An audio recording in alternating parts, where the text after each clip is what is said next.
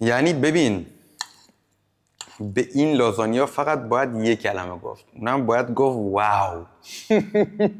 خیلی خیلی خوش اومدید به یه ویدیو دیگه. امروز قراره که یکی دیگه از غذاهای کلاسیک و اصیل ایتالیایی درست کنیم. حالا چرا میگم یکی دیگه؟ چون ویدیو قبلی ما در مورد درست کردن خمیر پاستا بود، یعنی اون نسخه کلاسیک ایتالیاییش. امروز قراره که یه غذای دیگه درست کنم و اون اسمش چیزی نیست جز لازانیا. قراره مرحله به مرحله پیش بریم که چطور سس راگو درست کنیم، بعدش بریم سراغ درست کردن سس بشامل و بعد همه اینا رو با هم دیگه ترکیب میکنیم و میشه یه لازانیای کلاسیک ایتالیایی. چیزی که من اینجا توی ایران میبینم معمولا دارن درست میکنن خیلی پرپنیره، خیلی سنگینه و خیلی چربه و اینکه ما اصلا زیاد دیگه اون مزه اصلی لازانیا رو حس نمی‌کنیم. برای همین من میخوام نسخه خود همون کلاسیک ایتالیایی درست کنم. حالا یه سری مواد من اینجا ندارم، توی دیسکریپشن براتون می‌نویسم که حالا اگه توی دسترستون هست بتونید استفادهش کنید. قبل از اینکه این ویدیو رو شروع کنیم خوشحال میشم که این ویدیو رو لایک کنید و اگه صفحه رو ساب ندارید حتما اون رو ساب کنید تا از ویدیوهای بعد هم مطلع بشید. خب اول از همه به یه قابلمه نیاز داریم که یه جورای بزرگ هم باشه و ما فضای کار کردن داشته باشیم. خاموش.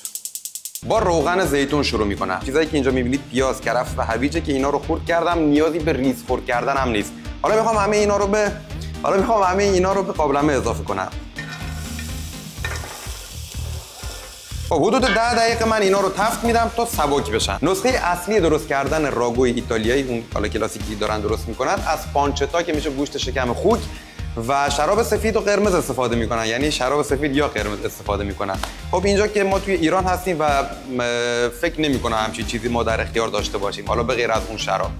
و اینکه من نسخه اون کلاسیکشو در دیسکریپشن براتون مینویسم، حتما ببینید چه دوست داشته باشید همون نسخه کلاسیکشو درست کنید. اینا دیگه تقریبا سبک شدن و الان وقت اضافه کردن گوشته. گوشت چرخ کرده گاو اضافه کردم و با قاشق این گوشت رو باز میکنم. گوشت تا زمانی باید پخته بشه که دیگه قهوه‌ای بشه و آبش گرفته بشه. اینجا دیگه آب گوشت داره کم کم خشک میشه. یه قاشق گوجه فرنگی نیاز دارم. اینا رو خوب با هم دیگه مخلوط میکنم.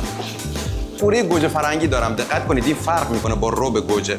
این پوره گوجه فرنگیه و یه جورایی بافتش هم رقیق طوره و اینو به گوشت اضافه میکنم. چه بویی بلند شده. برای اینکه اسید گوجه‌مو گرفته بشه و رنگ و طعم خوبی به این سس بده، من از یه استکان شیر استفاده میکنم.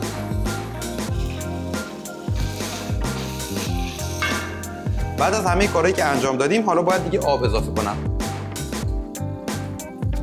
حالا در ظرف رو میبندم و حرارت رو میارم پایین، یعنی حرارت ملایم باشه و حدود 1.5 ساعت میذارم که با شعله ملایم آروم بپزه.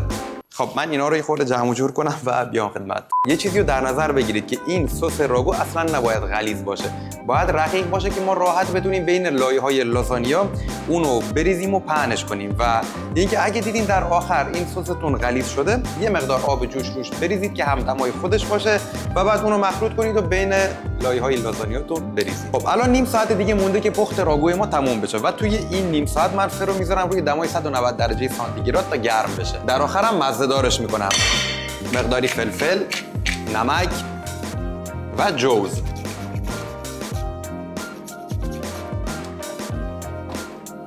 حالا بریم سراغ درست کردن سس بشامل. برای درست کردن سس بشامل یه ساسپن نیاز داریم. روی شعله متوسط بذارید و یه تیکه کره داخلش بندازید. اینجا باید بذارم که کره کاملا آب بشه.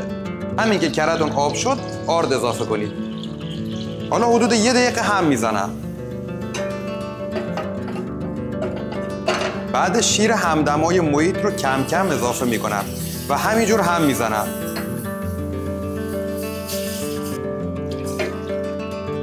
خب این قاشق اینجا به درد من نمیخورد، پس از یه ویسک استفاده کردم برای هم زدن. ترکیبو تا جایی هم میزنم که دیگه کم کم میبینم داره غلیظ میشه.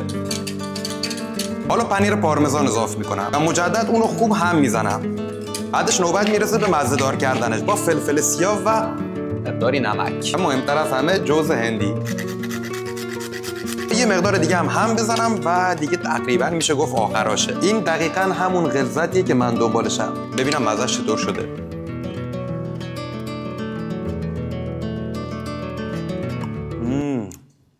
عالیه. خب این مرحله خیلی هیجان انگیزه چون باید لایه لایه بچینیم تا بیایم بالا و اینا هم ورقه‌های پاستایی هستن که خمیرش رو توی ویدیو قبل بهتون یاد دادم که چطور درست کنید و بریم سراغ درست کردن. یعنی چیز بریم سراغ چیدن این لایه ها و یه چیزی رو در نظر بگیرید بچه‌ها، این سس راگو و بشامل حتما باید گرم باشن، نذارید که اونا سرد بمونن بعد روی لازانیاتون پخش کنید. گرم اونو بین لازانیاتون پخش کنید، یعنی بین این ورقا. اول کف قالب رو با سس راگو میپوشونم. نیاز یعنی فلا خیلی بریزید، ردی که کامل ظرفتون پوشونده بشه. بعد از اون ورقه‌های لازانیا سعی کنید که کاملش رو بپوشونید. حالا روشون سس بشامل میریزم، چون نمیخوام لازانیام سنگین بشه بیشتر از پنیر پارمزان استفاده میکنم. روی سس بشامل پنیر پارمیزان میریزم، یه مقدارم پنیر موزارلا، خیلی کم. این عمل رو تا 3-4 لایه انجام میدم.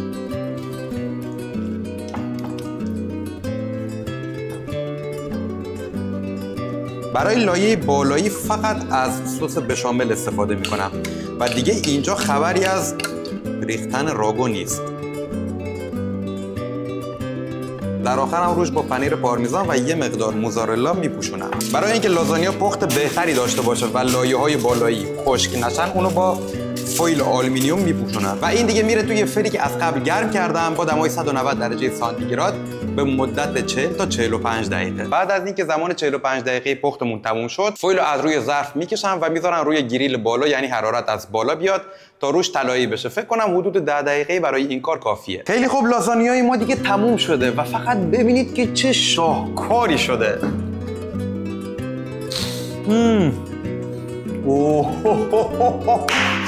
بوش که عالیه. فقط باید تا داغ اونو برش بزنم و بعد بذارم یه خورده از دما بیفته و اونو امتحانش کنم.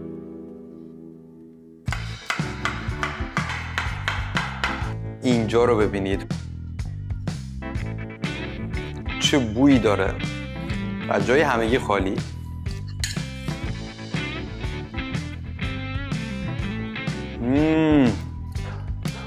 وای، یعنی ببین، به این لازانیا فقط باید یک کلمه گفت، اونم باید گفت واو. طعمش بی‌نظیره. لایه‌های زیری کاملا پخته شده و نرمن. اون لایه رویشن که بهتون گفتم فویل رو بردارید کاملا برشته شده. عطر و طعم پنیر پارمیزان کاملا به درون این لازانیا نفوذ کرده و شما در نهایت با یه لازانیای فوق‌العاده سبک و خوش طعم سر و کار دارید. این دیگه از اون دست لازانیا نیست که کلا پر پنیرش کنید و خیلی سنگین باشه و اصلا ندونید مزه یعنی چی. و یه فقط باید درست کنید توی خونه و امتحانش کنید. دمتون گرم که تا آخر این ویدیو با من همراه بودید. اگه سوالی، نظری، هر چی داشتید برای من بنویسید. توی ویدیوهای بعد میبینمتون.